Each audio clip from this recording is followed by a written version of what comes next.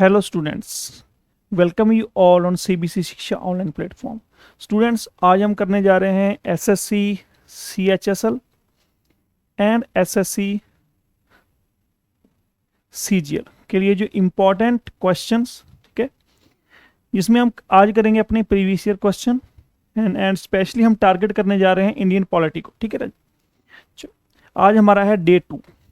Day first में हमने किया था general awareness specially related to SSC CHSL and SSC CGL. चलो हम स्टार्ट करते हैं अपना सबसे पहला क्वेश्चन। सबसे पहले क्वेश्चन में क्या पूछा गया है आप देखो। सबसे पहले क्वेश्चन में ये है, भारत के संविधान के अनुसार एक राज्य मीन्स एक राज्य की कितनी आबादी होनी चाहिए, उसको पंचायत का स्टेट्स में निकल गया मीन जिसमें पंचायत हो सके। ठीक है, आप देखो as per constitution of India panchayat at the intermediate level may not be constituted in the state having a population not exceeded. ठीक है जी, बताओ आप कितने से अधिक नहीं होनी चाहिए, कितने से अधिक नहीं होनी चाहिए। डी आंसर आएगा इसका कितना आएगा 20 लाख, 20 लाख से अधिक नहीं होनी चाहिए पॉपुलेशन अगर किसी राज्य में इंटरमीडिएट लेवल की पंचायत का उसको दर्जा देना, गठन करनी है। ठीक है, चलो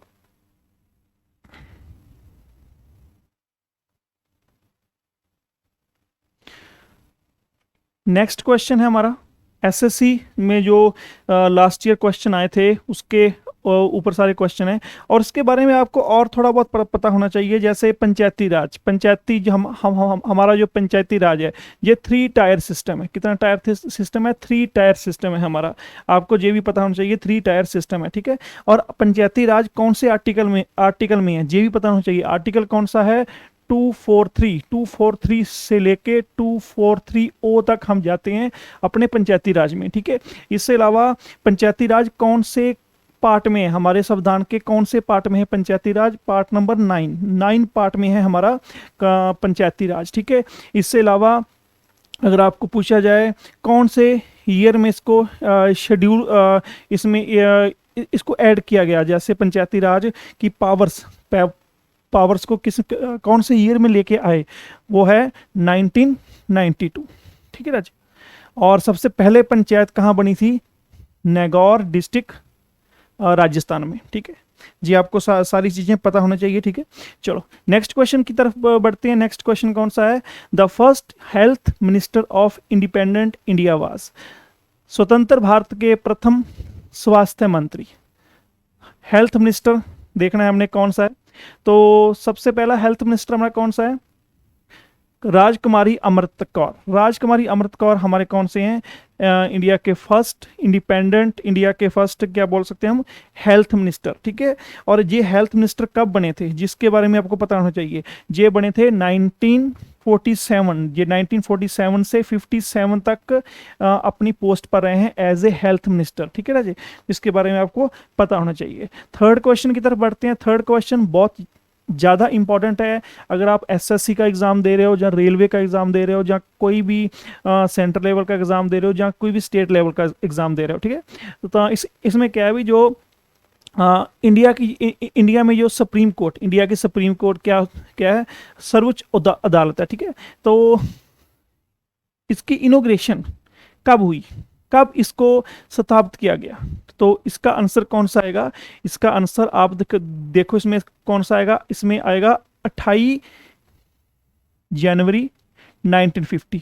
28 जनवरी 1950 को क्या हुआ था? सुप्रीम कोर्ट का इनॉग्रेशन किया गया था। कहाँ पर किया गया था? नई दिल्ली में किया गया था। इसके बारे में आपको पता होना चाहिए। नई दिल्ली में किया गया था। ठीक है, और इससे अलावा इससे अलावा और क्या? इससे अलावा कितने जज हैं? 33 जज हैं। ठीक है, 33 जज हैं सुप्रीम कोर्ट में, ये भी आपको पता होना चाहिए। ठीक है, चलो तो सुप्रीम कोर्ट का जज की अपर एज कितनी होती है? अपर एज कितनी होती है? 65 अपर एज होती है। इसके बाद उसको जज नहीं बनाया जाता। ये भी आपको पता होना चाहिए, ठीक है। चलो नेक्स्ट क्वेश्चन की तरफ बढ़ते हैं। नेक्स्ट क्वेश्चन कौन सा है? नेक्स्ट क्वेश्चन है who was appointed as Assembly's constitutional advisor in 1946 during the forming of a Indian constitution. जब इंडियन कॉन्स्टिट्यूशन फ्रेम हो रहा था, भारतीय संविधान बन रहा था, ठीक है, उसमें जो हमारी कॉन्स्टिट्यूशन की असेंबली थी उसमें एडवाइज़र किसको बनाया गया था? एडवाइज़र बनाया था बी एन राव को। आपने याद रखना है, बी एन राव, आपने नाम याद रखना है, ठीक है। बी एन राव को एडवाइज़र बनाया गया था, ये भी आपने याद रखना है, ठीक है।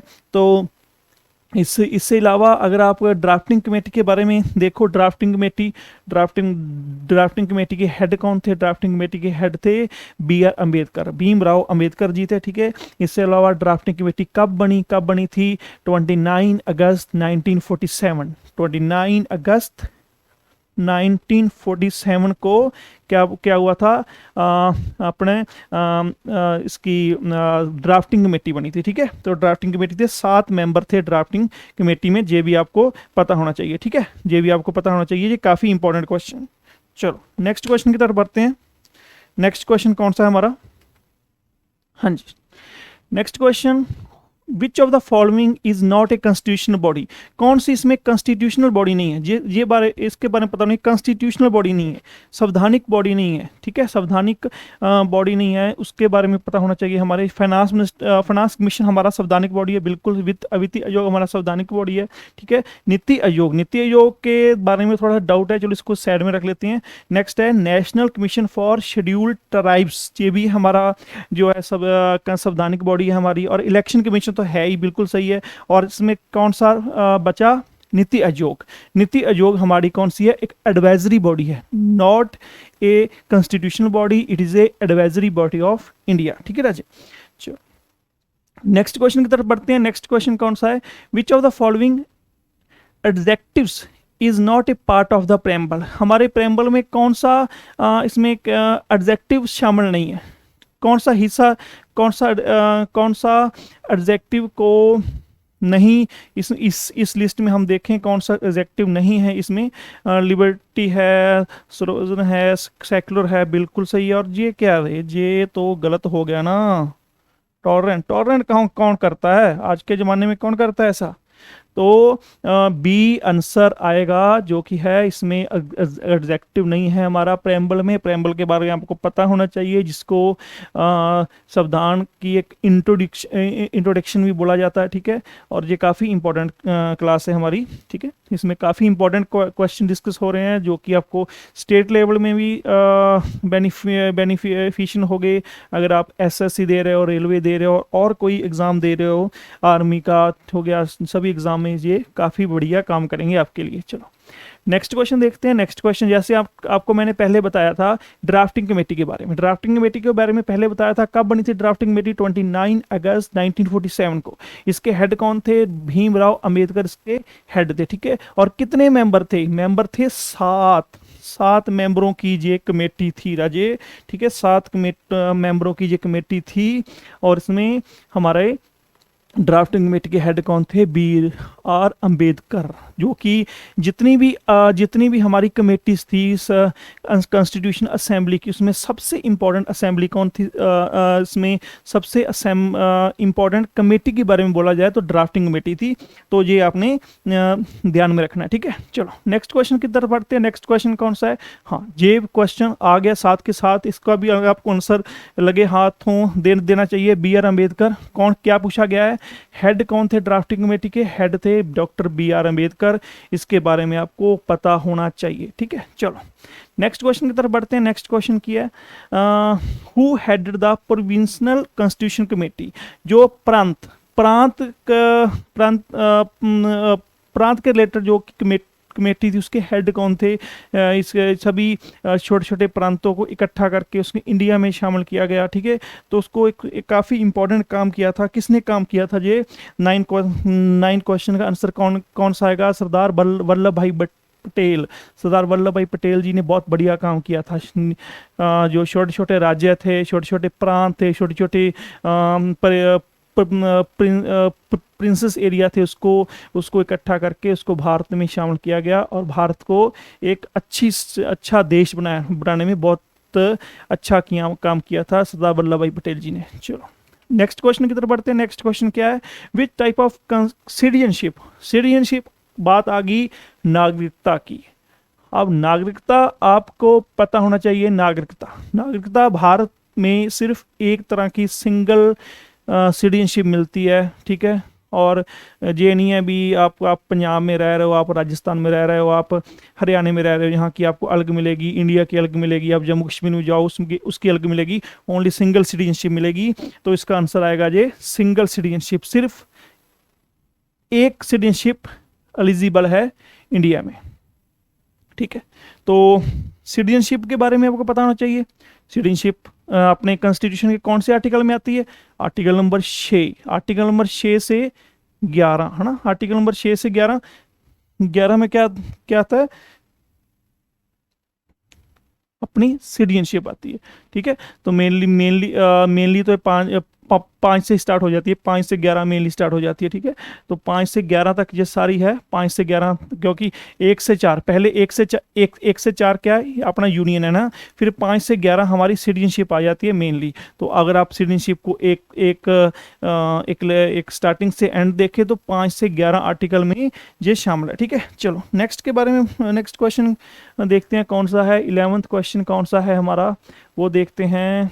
हाँ, आप इसको ना आपको चाहिए टेलीग्राम ग्रुप ज्वाइन करना। हमारा टेलीग्राम ग्रुप ज्वाइन कीजिएगा। आपको वहाँ पर मिलेगा सीबीसी शिक्षा आप टाइप करोगे, वहाँ पर आपको सीबीसी शिक्षा का टेलीग्राम ग्रुप मिलेगा। यहाँ पर हम इसकी पीडीएफ के साथ डाल देंगे, आप वीडियो देखो, उसके बाद वहाँ पर पीडीएफ आपको मिलेगी। आप उसको होमवर्क करो, बार बार उसको क्वेश्चन को देखो। अगर बार बार क्वेश्चन को देखोगे तो ही आप अच्छे से कर पाओगे, कोई भी काम कर पाओगे, ठीक है। चलो नया क्वेश्चन की इसमें क्वेश्चन में क्या पूछा उन्होंने, संवैधानिक सभा में भारत के संविधान को कब अपनाया गया। संवैधानिक सभा ने भारत के संविधान को कब अपनाया था। When did the Constitution Assembly adopt the Constitution of India? Bharat constitution assembly ने कॉन्स्टिट्यूशन इंडिया को कब मान्यता दी, कब उसको अपनाया, ठीक है, बताओ। काफी इंपॉर्टेंट क्वेश्चन है।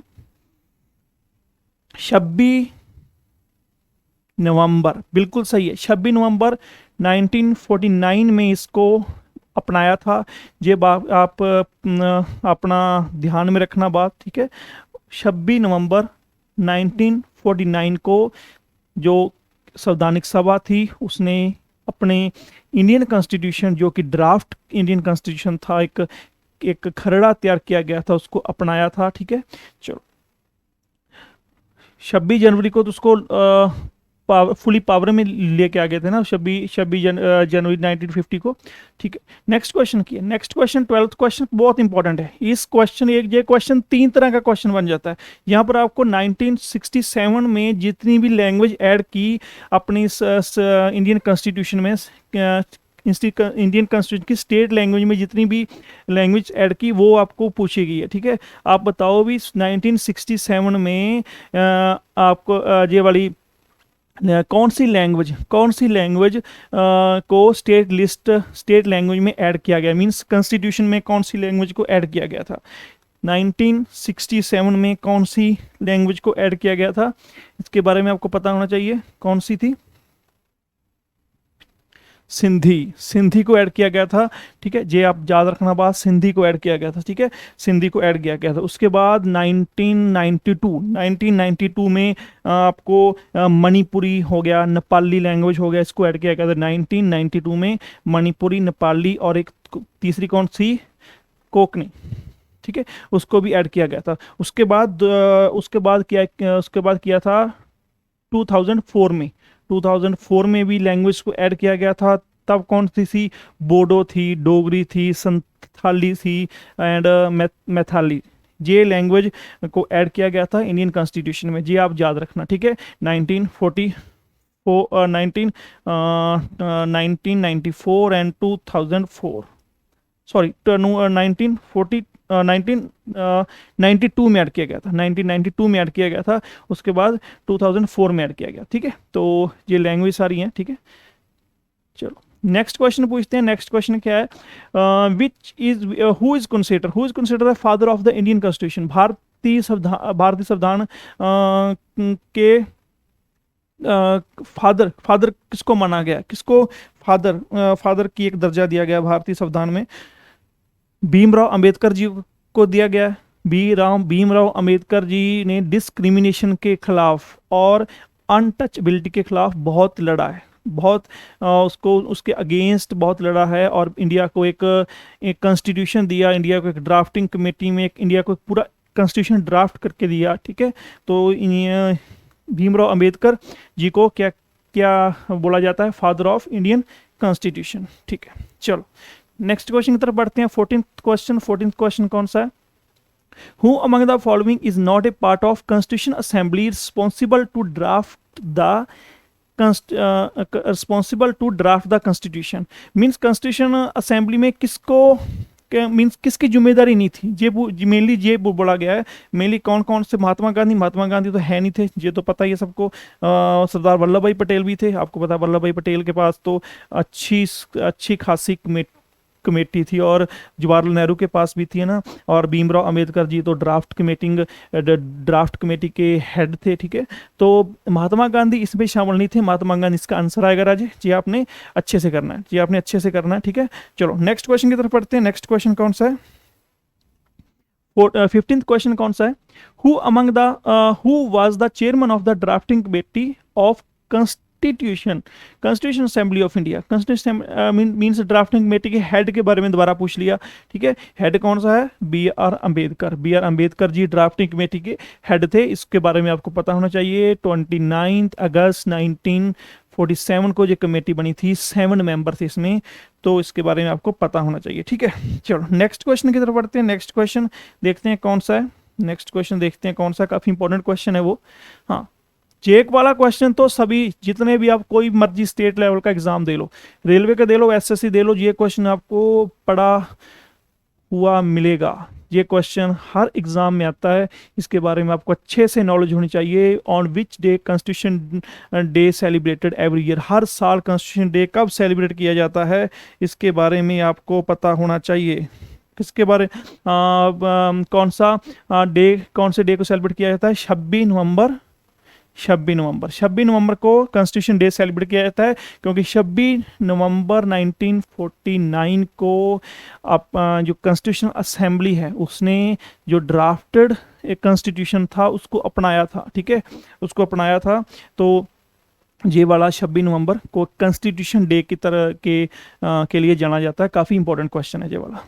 नेक्स्ट 17th क्वेश्चन देखते हैं। 17th क्वेश्चन कौन सा है, 17th क्वेश्चन में क्या है, जो प्रेम्बल है, हमारी जो प्रस्तावना है, प्रस्तावना को इंडियन कॉन्स्टिट्यूशन की कुंडली किसने कहा, या हेरोस्कोप किसने कहा, किसने पॉलिटिकल हेरोस्कोप कहा इंडियन कॉन्स्टिट्यूशन का मीन्स प्रेम्बल को किसने कहा था, कन्हैया माणिकलाल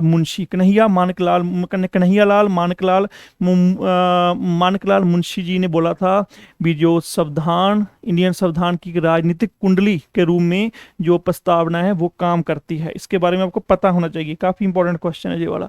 नेक्स्ट क्वेश्चन की तरफ बढ़ते हैं। 18th क्वेश्चन में ये बोला गया सबसे पहले संवैधानिक असेंबली का चुनाव कब हुआ, सबसे पहले चुनाव कब हुआ था राजे, चुनाव हुआ था 1946 को।